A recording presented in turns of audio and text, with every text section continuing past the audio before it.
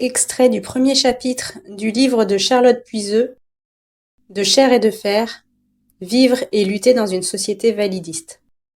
Après le choc provoqué par la violence des paroles des médecins, mes parents ont cherché des réponses.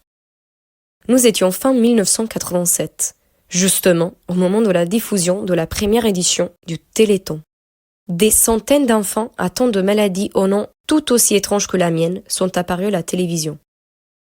Des parents, des chercheuses appelaient à sauver ces enfants, promettant qu'avec beaucoup d'argent, la médecine pourrait faire des miracles. Aujourd'hui, je suis très critique vis-à-vis de cette émission, comme de nombreux autres militants ont dit, car elle met en avant une vision uniquement médicale du handicap et s'appuie sur un modèle caritatif et misérabiliste. Loin de revendiquer des transformations sociales, elle dépolitise de façon catastrophique la question du handicap. Pourtant, elle a représenté une véritable lueur d'espoir à l'époque aux yeux de mes parents, comme beaucoup d'autres, pour lesquels la mort annoncée de leur enfant était jusqu'alors le seul horizon.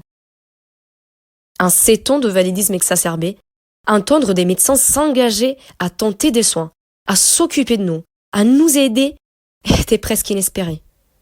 On daignait enfin s'intéresser à notre sort. Je ne peux donc que comprendre l'engouement de nombreuses familles pour le Téléthon. Sinon, totalement délaissés par ce système validiste qui nous condamnait à mourir. Mais je comprendrai plus tard que cette émission en était aussi un produit. C'est aussi que mes parents ont pris contact avec l'association qui organise le Téléthon et que j'ai commencé un suivi à l'hôpital de Garches, haut lieu de la prise en charge médicale des petits-enfants myopathes que nous étions. Le cinéaste Andy Rémy Gendarme Chaketti a sorti en 2020 un film intitulé « Fils de Garches » auquel j'ai participé, qui raconte cette histoire. Dans les années 1980, ceux qui me voyaient pouvaient se dire « Cet enfant handicapé tellement mignon, il ne va pas vivre bien longtemps. » Alors, il fallait aller à Garches. Là-bas, on soignait, on réparait. On mettait droit et c'était dur. Je pars à la recherche des anciens enfants qui, comme moi, se rendaient là-bas pour se faire redresser. Ensemble, nous plongeons dans les souvenirs de longs moments passés à l'hôpital de Garches. À peu près tous les soignants nous faisaient mal pour notre bien. Entre ces rencontres, mes déambulations dans Garches et ma confrontation avec d'anciens médecins, je tente de créer une communauté de souvenirs. Ces derniers mots, communauté de souvenirs, me semblaient essentiels. Et c'est cette idée qui m'a poussé à accepter de participer à ce projet.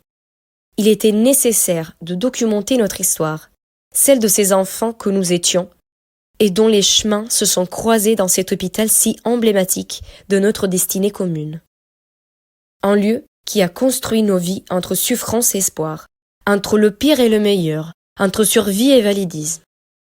J'ai enduré des heures de torture infligées en vue de redresser ce corps, qui devenait année après année plus tordu, plus rétracté, plus déformé, plus handicapé. Mais je n'avais pas de douleur, et je n'en ai toujours pas. En revanche, j'en ai eu lorsque l'on m'attachait au cadre de moulage et qu'on écartait mon corps. Ce désir de compter dans l'espace public, d'exister aux yeux des autres, m'a longtemps fait aimer le Téléthon, dans la lignée de mes parents, pour qui ce moment restait une fête. Une revanche sur la sombre destinée qui m'était alors prédite. J'ai souvent éprouvé cette indifférence, ce sentiment d'invisibilité que je ne pouvais analyser autrement que comme un problème venant de moi. La seule explication plausible dans ce monde où la validité était exaltée comme la valeur ultime, la gage de la beauté et de la désirabilité. Pourtant, une autre voie était possible. Mais il fallait aller la chercher par-delà ce qui était donné, et déconstruire un système fait pour broyer les autres qu'ils considèrent comme des anormaux.